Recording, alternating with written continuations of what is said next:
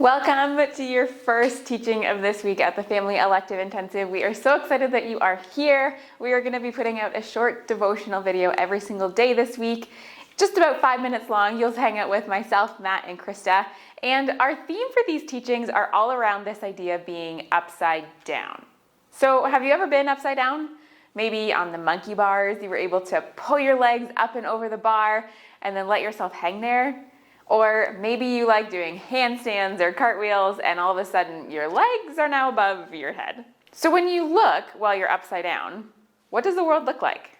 It's totally different, eh? Well, when Jesus walked on earth, he did things that made people feel like they were looking at the world upside down.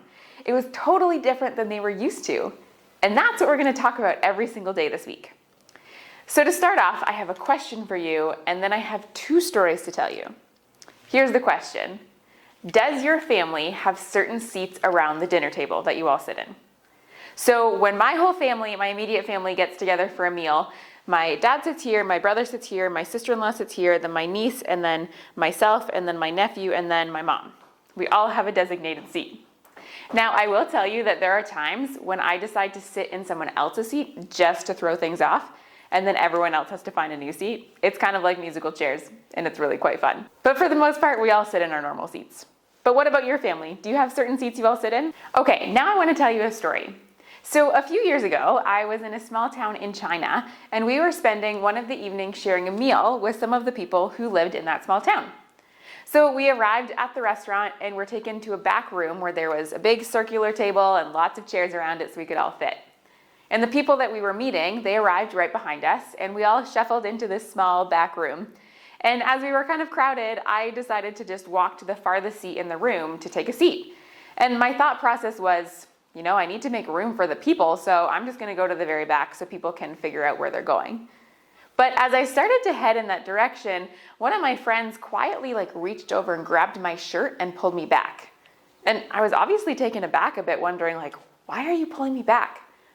But then they whispered something to me, reminding me of something that's very important in that culture.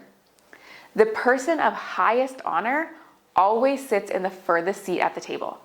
That's where the most important person sits. And I was most definitely not the most important person in that room. It would have been an absolute insult for me to go and just sit in that seat. Now, if they had offered that seat to me, it would have been a totally different story. But to just take it, it would have been saying through my actions that I thought I was better than everyone in the room. And I didn't want to go for that message. I'm super thankful for my friend who pulled me back, and then we waited for the host to tell us where to sit. Okay, now for story number 2. And this story is found in the Bible. It's in the book of Luke, which is in the New Testament, and it's chapter 14. Maybe this is something that your family would want to read together later. So right now we're going to look specifically at verses 7 to 14. And it's a story of Jesus at a dinner party. And he was noticing at this party that the guests were doing exactly what I had unintentionally done. They were trying to take the seat of honor. The difference is that they knew what they were doing, and they were trying to prove to people that they were better than everyone else. But here's what Jesus said in that moment, and this is directly from the Bible. He said, "When you are invited to a wedding feast, don't sit in the seat of honor. What if someone who is more distinguished than you has been invited? The host will come and say, 'Give this person your seat,' and then you will be embarrassed and you will have to take whatever seat is left at the foot of the table. Instead, take the lowest place at the foot of the table. Then, when your host sees you, he will come and say, 'Friend, we have a better place for you.'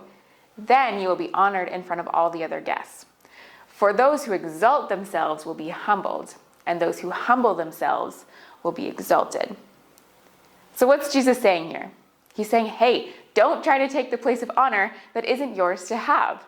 What's better, the way that he wants us to live, is by taking the position of serving others, and it's called humility. Now, we like it when we feel better and more important and more powerful than other people, don't we? There were times when I was a kid when my brother would get into trouble for something, but I was in the clear. And it made me feel kind of good, kind of like, haha, he got in trouble and I didn't. And I started to think that I was better than him. But was I really? No, because probably the very next day, I would get in trouble for something. I was no better than him. I'm still no better than him. Yet in those moments, when I saw him get into trouble, I wanted to think I was better. But Jesus came to say that we shouldn't think of ourselves as better than someone else, but rather understand that none of us should be sitting in the seat of honor. It's okay to be invited into that seat, absolutely, but we shouldn't force ourselves into it. Rather, we should start off by humbling ourselves and serving others first. So today, what is one way that you can serve someone in your family? Or can you catch yourself in a moment where you start to think that you're better than someone else in your family? Because if you catch that, that's a really important moment to then ask yourself, how can I serve them instead?